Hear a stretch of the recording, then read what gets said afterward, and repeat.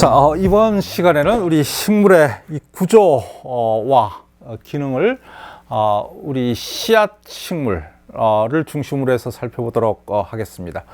이제 생활사니까, 라이프 사이클이니까 뭐 어디서부터 해도 뱅글뱅글 돌아갈 텐데요.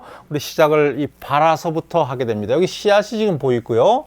씨앗이 두꺼운 외피로, 씨앗은 일반적으로 이렇게 두꺼운 외피로 쌓여 있고요. 그 다음에 여기에 어린 배가 있고요. 그 다음에 여기에 이 배젖이라는 것이 있습니다. 이것은 영양분들이 상당히 응축되어 있는, 어떤 것들은 단백질, 어떤 것들은 탄수화물, 어떤 것들은 지방 뭐 등등 세 개가 다 조합이 돼서 여기에 많이 가지고 있고요. 이제 발아가 여기에 이제 엠브리오, 어린 식물이 여기에 숨어 있는 거지요. 작은 부분들의 엠브리오, 배라고 그러고요. 그래서 이것이 발아가 되게 되면은 이제 여기에 있는 어린 식물들이 여기에 이제 작은 시작점이 있는데요. 여기에 또 어린 잎들이 가지고 있습니다. 이것을 자엽이라 그러는데요.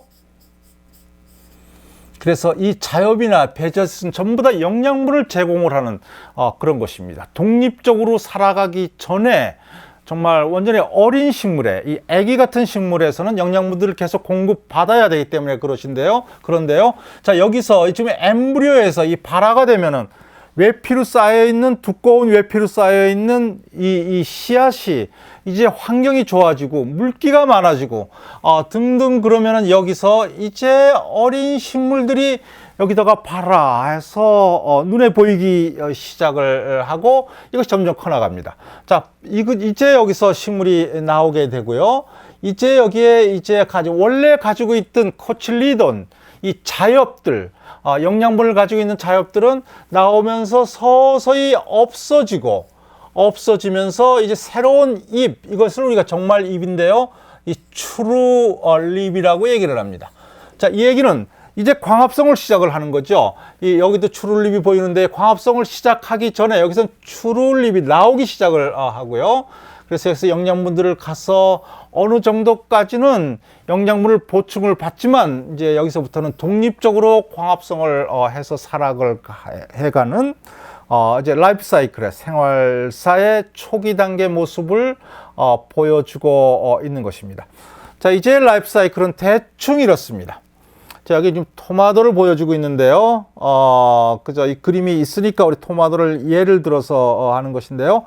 토마토에서 여기에 있는 것이 다 씨앗들이죠. 안에 있는 씨앗들을 이제 발아를 잘, 빛도 있고 물도 있고 이런 이 씨앗을 잘 발아를 시키면은 발아가 됐죠. 이 발아가 된 것이 어린 식물들이 이제 자라면은 키도 크고 옆으로 불어나고 등등을 해서 이런 토마토 식물이 되고요.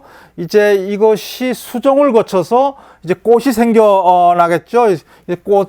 꽃을 통해서 수정이 벌어지게 되면은 열매가 생기고요. 다시 열매 안에서 씨앗이 만들어져서 이런 이 라이프 사이클을 돌아가는, 그러니까 꽃이라는 것을 통해서 다음 세대가 만들어지는, 열매를 통해서 그 안에 있는 씨앗을 통해서 만들어지는 전체 모습을 보여주고 있는 것입니다.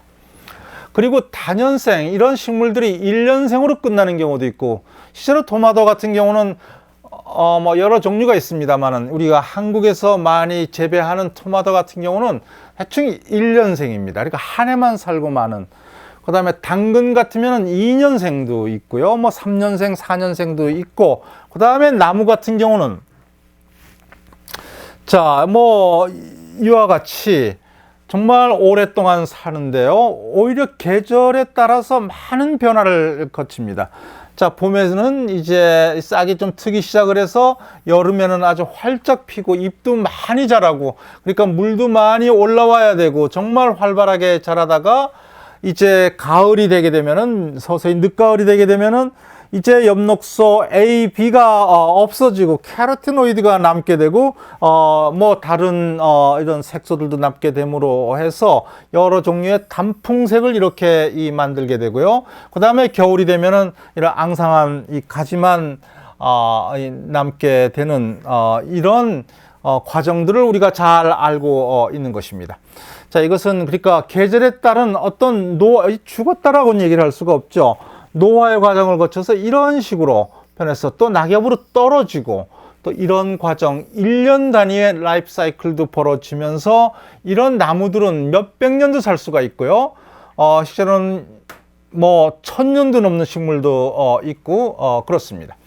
자, 어쨌든 낙엽이 지는 모습들은 이렇게 우리가 잘 친숙한 이런 그림으로 되어 있고요. 그것은 지난번에도 얘기했습니다만 캐로티노이드가 바로 여기 450, 500 이런 파장에서 이제 크로로필들이 엽록소들이 다 없어지고 나니까 이것들이 남아서 이 캐로티노이드를 중심으로 하는 단풍색을 띠게 되는 것입니다.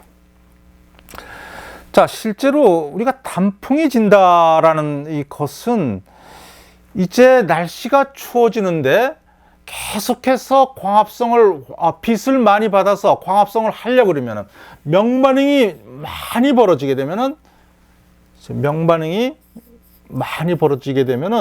이 전자 이동이 계속 벌어질 거 아닙니까? 자, 그런데 날씨가 추워져서 이제 전자가 제대로 움직여 다니지도 못하게 됩니다. 세포막이 엽록체에 있는 스틸라코이드 막이 단단해질 수도 있고요. 딱딱해져서 전자 이동도 잘 안 되고, 그래서 날씨가 안 좋은 상태에서 빛은 뭐 겨울에도 날씨가 추워도 있는 거니까 이렇게 되면은 우리가 이것을 포토 광으로 해서 이니비션 광이 있음으로 해서 오히려 방해를 시키는 것입니다. 왜냐하면 유해산소를 만드니까 그렇죠. 우리 스틸라코이드 막이 이제 이렇게 있는데요. 엽록체 안에 이제 겨울이 되면 날씨가 딱 추운데 막이 단단한데 여기 있는 전자는 제대로 이동 못하고 여기서부터는 산소랑 곧바로 받아서 바로 산소가 이런 공유결합에서 짝이 없는 이제 뭔가 반응을 하려는 어딘가를 얻어오고 싶어하는 이런 유해산소, 이건 슈퍼옥사이드라는 유해산소인데요. 이런 것들을 만들어내서 오히려 식물을 다치게 만듭니다. 그렇기 때문에 이제 이런 시기가 되게 되면은 엽록소 A, B는 떨어지게 되고요. 이 캐로티노이드는 아주 중요한 이 항산화 분자입니다. 항산화 분자인 것은요, 이제 이런 식으로 유해산소가 만들어지지 않겠습니까? 뭐 엽록소 A, B가 없더라도 뭐 조금은 남아 있을 테고 등등해서 만들어지게 되면은 이것은 이제 이 캐로티노이드랑 반응을 해서요, 이제 더 이상 유해산소로서 작용을 못 합니다. 그러니까 식물이 안정되게 지낼 수가 있는 거죠. 그래서 단풍을 치면서 식물은 이제 그냥 살아가는 것입니다. 포토 이니비션을 받지 않고요. 그래서 캐로티노이드라는 색소는 보통 때는 엽록소 AB처럼 빛을 받아서 에너지를 이 안테나 구조에서 반응 중심으로 주는데 이 도움을 주는 색소이지만은 이런 늦가을이 되면은 이제 항산화 분자로서 이 작용을 많이 합니다. 실제로는 이 캐로티노이드라는 것은 이 캐럿, 이 당근에서 유래된 이 용어인데요. 그죠? 우리 당근 색을 보게 되면은 벌써 그런 색이 나지 않습니까? 이 불구스름한 그런 것인데 이건 중요한 항산화 분자고, 이 당근을 많이 먹는다라는 얘기는 바로 이 캐로티노이드 이것을 많이 먹게 되고요. 이런 유해산소는 이건 뭐 사람이나 식물이나 마찬가지 아니겠습니까? 사람에서도 유해산소가 생기는 법이니까 그것을 제거해 줄 수가 있는 그런 것입니다. 이제 그래서 이런 식으로 낙엽이 지고요. 그렇게 되면은 식물은 계속 여기에 있는 나무가 있고요. 여기에 잎이 이렇게 있으면은 이제 여기 잎이랑 나무 사이, 실제로 낙엽이 지면서, 이거 조금 이따 얘기를 하고요. 잎에 있는 많은 양분들을 이 본체로 다 이동시켜 놓습니다. 이제 겨울을 준비하는 것입니다. 다 많은 양분들을 이동시켜 놓고 그게 끝날 무렵쯤 되면은 여기에 이제 잎이랑 본체 사이에 있는 이것을 우리가 엽병이라고 그러는데요. 이 안에 특정 부분을 아주 영양분을 많이 집중시켜서 뭔가 두껍게 만들어서 단단하게 만들어 놓습니다. 이것을 우리 떨켜라고 얘기를 합니다. 떨켜, 여기가 지금 엽병에서 이 떨켜 부분들을 이렇게 보여주고 있는데요. 이 떨켜는 정말 너무 단단한 구조가 돼서 바람이 불면 뚝 떨어지게 되는 것입니다. 바로 낙엽이 떨어뜨리기 위해서 이제 영양분들은 다 보충을 받았고 본체로 다 옮겨놨고 이제 낙엽으로 정말 떨어뜨리려고 바람이 불면 쉽게 떨어질 수가 있게끔 이런 떨켜를 만들어서 떨어뜨리는 것입니다. 그래서 시인들은 이 낙엽 떨어지는 것을 슬프게 말하기도 하고, 우리도 그렇습니다만 우울해지고, 괜히 슬퍼집니다만은 우리 식물 입장에서는 아주 적극적인 이 삶의 이 모습입니다. 유해산소에 노출 안 되려고 그러기도 하고요.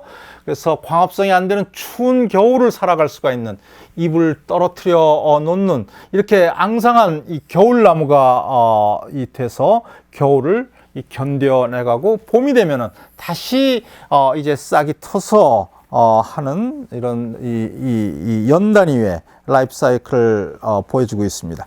식물이 몇백 년, 몇천 년, 이 세상에서 가장 오래 사는 것 식물이 1600년 정도가 있다고 그러는데요. 우리나라에서는 1100년이든가요. 이 양평에 있는 용문서에 그런 나무가 있는데요. 막 이렇게 오래 살 수가 있는 이유가 아마도 이걸 어떻게 답을 알겠습니까마는 자, 이렇게 떨어뜨림 매년 정말 이 떨어뜨려 놓고 단촐하게 만들고 다시 시작을 하고 그 다음에 어떤 시점이 되면 다시 떨어뜨리고 그래서 어떤 단촐한 이 삶의 모습을 갖고 있는 것이 이 식물을 장수하게 만드는 원인일지 모른다라고 얘기할 수는 있습니다. 자, 이제 우리 식물의 구조와 기능을 잠깐 보면은 여기에 이 뿌리가 있고요. 주뿌리, 탭 루트라 그리고 그 다음에 이 측뿌리 이런 것들이 있어서 이제 우리 육상식물이 가장 중요한 이제 물에 더 이상 살지 않으니까 물을 저 지하에서부터 받아야 되니까 이 뿌리가 중요한 물이라든가 무기염료의 흡수처가 되고요. 이것이 관다발 시스템을 통해서 쭉 올라가서 잎을 통해서 이 증산을 하게 되는 거죠. 그래서 이 줄기에는 아까 얘기한 대로 이 관다발 중심이 있어서 물을 여기에 타고 올라가는 것이고 그 다음에 플로엠 체관부를 통해서 양분들이 이 광합성을 한 양분들이 모여서 어딘가 필요한 곳으로 이동을 하게 되는 것이죠. 그래서 우리가 이 윗부분을 이 슛 시스템, 이 줄기 부위고 루트 시스템이 있고요. 이제 꽃이 피고 잎이 피고 여기에 많은 이 버드들, 눈이 있습니다. 여기에 많은 분열 조직이 있어서 여기에서 이제 새로운 잎이 생기고요. 그 다음에 여기서 꽃도 생기고 그렇습니다. 자, 여기서는 우리가 에피칼 이 메리스템 해가지고 이 정단 이 분열 조직을 가지고 있습니다. 자, 이 끄트머리 이 에피칼 메리스템 똑같은 얘기인데요. 에피칼 버즈 그 다음에 옆으로 나오는 버드들도 있고요. 그래서 옆으로 나오게 하기도 하고 위로 계속 나가기도 하고요. 자, 이런 것들이 식물의 키를 크게 만드는 자, 이것을 우리가 1차 생장이라고 얘기를 하는 것이고요. 그 다음에 지난 시간에 잠깐 얘기를 했습니다만은 그 다음에 관다발 조직에 있는 이 캠비움 물관부랑 체관부 사이에 있었던 캠비움 이 형성층 이런 것 때문에 계속 옆으로 벌어질 수가 있는 이것은 부피를 키우는 것이죠. 이것을 우리가 2차 생장이라고 얘기를 합니다. 자, 그래서 발화가 돼서 이제 1차 생장과 2차 생장 이런 분열 조직으로 시작을 해서요. 이제 식물은 이 커가고 어떤 때가 되면은 이제 꽃을 피우는 생식기관이 되는 거죠. 꽃을 피우는 뭐 이런 식물의 전체적인 이 구조를 갖게 되는 것입니다. 자, 이제 우리 조금 세부적으로 들어가서요. 여기에 지금 최관부가 아까 잠깐 지난 시간에 잠깐 얘기했던 이 최관부가 여기에 있고요. 여기에는 이 최관부라는 것은 참 이런 세포가 있으면은요. 최관부가 되기 전에 어린 세포를 지금 기준으로 해서 보게 되면은 이 세포가 있으면은 식물 세포니까 세포벽이 이렇게 있었겠죠. 우리가 세포벽이 있는 것을 우리가 1차 세포벽 셀월이라고 얘기를 합니다. 이것은 주로 셀룰로스가 주성분이고요. 셀룰로스 말고도 여러 가지 있습니다만 대표적인 것이 셀룰로스, 글루코스가 쭉 연결되어 있는 이것이 주성분인데요. 이 특별한 조직에서는 이 대표적인 것이 바로 최관부입니다. 최관부에서는 이제 어떤 시점이 되게 되면은 이 1차 세포벽 요 사이에 정말 엄청나게 많은 두꺼운 세포벽을 만듭니다. 이것이 우리가 2차 세포벽이라고 얘기를 하고요. 2차 세포벽의 주요 구조는 지금 여기서 보이는 이 리그닌입니다. 많은 피놀 분자들 전부 다 이 차지를 물을 띄지 않는 이런 것들이 서로가 연결돼 있고 그렇기 때문에 아주 단단함을 주는 것입니다. 그래서 자일럼 세포들은 이제 이런 어린 세포들은 우선 길쭉해지고요. 이런 식으로 길쭉해지고 위아래에 이렇게 구멍을 뽀끔뽀끔 내놓고요. 물이 들어와서 나가도록 하는 이런 이 구멍들을 만들어 놓고요.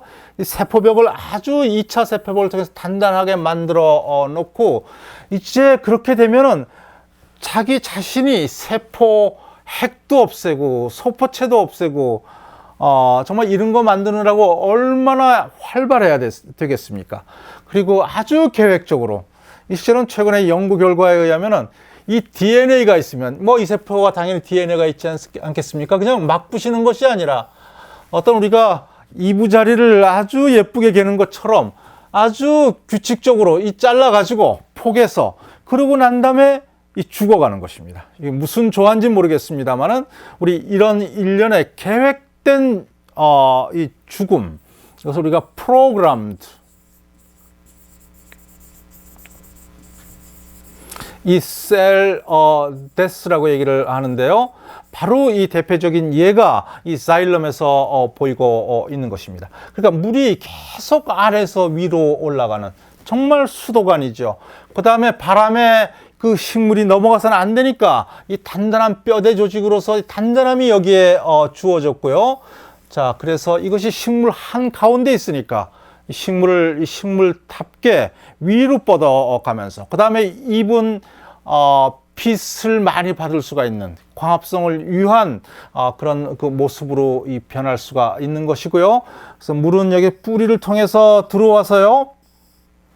그래서 뿌리에 여기서 단면을 보면 이렇게 생겼는데 내피라고 해서 이 두 가지 겹이 있습니다. 그러니까 물이 안으로 많이 들어와서 여기 내피를 이루는 이 세포들, 여기가 내피를 이루는 세포들이 이렇게 있으면은 식물에는 셀월이 있으니까 여기에 이 공간들이 세포들 사이 공간들이 있지 않겠습니까? 이거를 어떤 고무 밴드처럼 이런 것들이 이 사이를 꽉 막아버립니다. 물이 더 이상 이렇게 넓은 형식으로 물이 들어왔다가 이제 내피로 이 안쪽으로 들어가려면은 이쪽으로는 못 들어갑니다. 이것을 우리 이 캐스페리안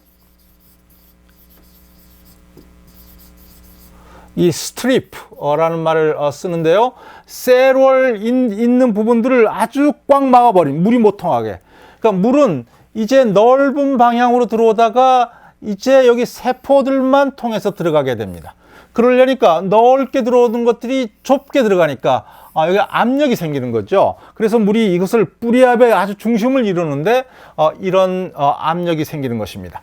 그리고 물이 쭉 올라가서 이제 여기서는 기공을 통해서 물이 빠져나가는, 우리 이것을 증산이라고 얘기를 하는데요. 그래서 물은 이것이 증산작용을 통해서 물을 당기고 잡아 끄는 것이고, 그 다음에 물을 통해서 뿌리에서는 이제 밀어 올리는 것입니다. 밀어 올리고 푸시하는 것이죠. 밀어 올리고 위에서는 당기고, 그러니까 여기에 쭉 올라가면서 자일럼이 자일럼 이 최관부 여기를 통해서 정말 모세관 현상을 모세관 현상에 의해서 물은 쭉 연결된 상태로서 뿌리에서부터 증산을 통해서 쭉 빠져나가는 것입니다. 그죠? 여름에 더운 날 정말 물이 많이 빠져나가죠. 물은 계속 올라와야 되고요. 이래서 물 공급이 되는 모습들을 지금 잘 보여주고 있습니다.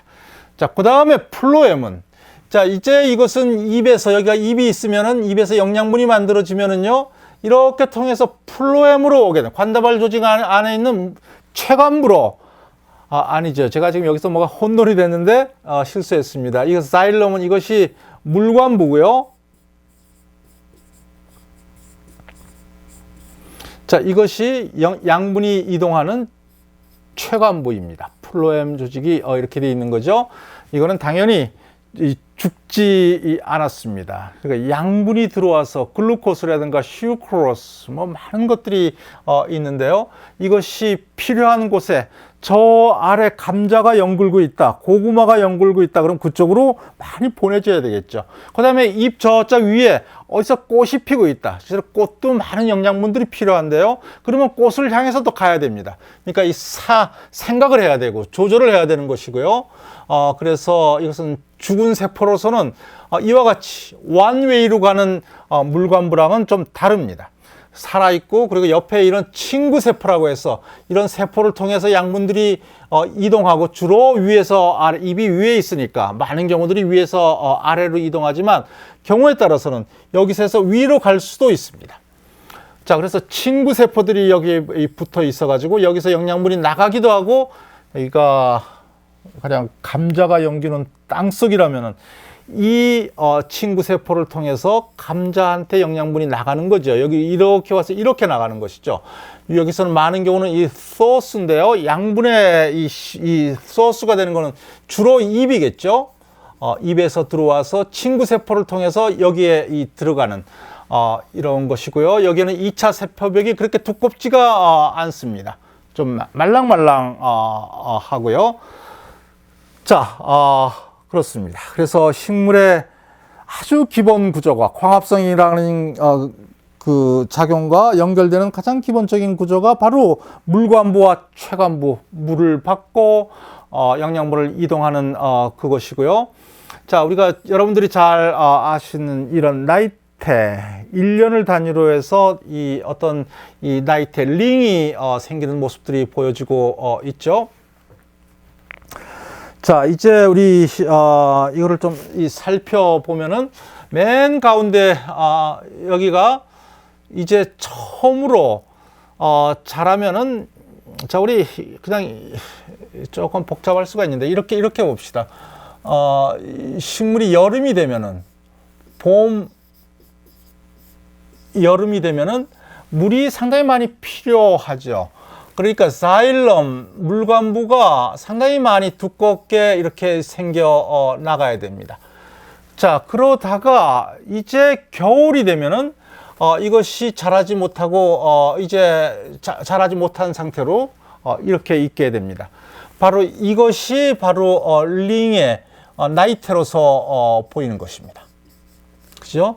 그러니까 잘 자라다가, 활발하게 자라다가 늦가을이 돼서 더 안 자라고 이런 형태가 되고 있는데요. 자, 여기에 보이죠? Late summer, fall, 늦여름, 가을에서는 여기가 앉아서 나이테가 보이는 것이고요. 요 사이에서는 스프링, 봄과 여름, 여기서 활발하게 자랄 때 물이 많이 필요하니까 이 자일럼이 많이 보이는 이런 것입니다. 그래서 한 해를 통해서 이런 것들이 보이는 거죠. 그래서 여기가 이것이 넓으면, 여기처럼 이 넓게 보이는 것은 정말 그 해는 이 생육 조건들이 좋아서 물을 정말 많이 필요했을 때고, 여기에 이 좁은 데는 뭐 빛이 없었거나 뭐 날씨가 그 해는 추웠거나 해서 잘 자라지 못할 때는 뭐 이런 식이고, 뭐 그 해 여기에 어떤 흔적이 여기에 포레스트에 산림에 화재가 벌어져서 이럴 것으로 우리가 예측할 수도 있고요. 레인이 비가 많이 왔을 때는 여기 아주 잘 자랐죠. 넓어지고 드라이 잘 못 자랐을 때는 좁아지고 이런 것이 보이고요.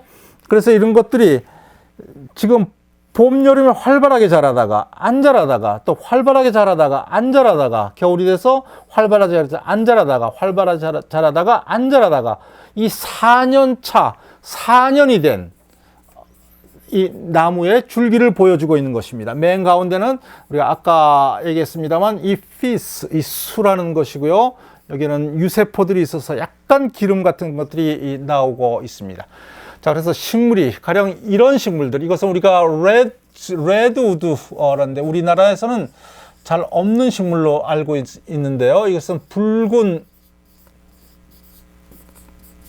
이 산목에서 이 캘리포니아 바닷가라든가 뭐 이런 데서 많이 자라고 있는 이 두꺼움을 보십시오. 여기 사람 모습이 보이고 있는데 이런 것들은 보통 1000년이 넘는 정말 큰 고령이고요. 여기서 크게 자라는 것은 뭐 보통 건물 30층이 넘는다 그럽니다. 그죠? 그러니까 증산작용, 뭐 뿌리 앞 위에서 푸시하는 거, 뭐 이런 것 때문에 물이 높은 데도 갈 수가 있는 것이고요.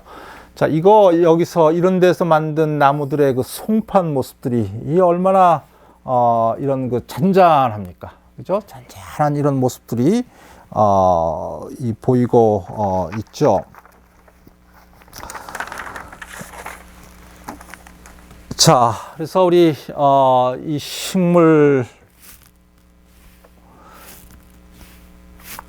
식물들은 우리 이런 모습을 가지고 이제 이 광합성에 연관된 기능들을 많이 하고 있는데요.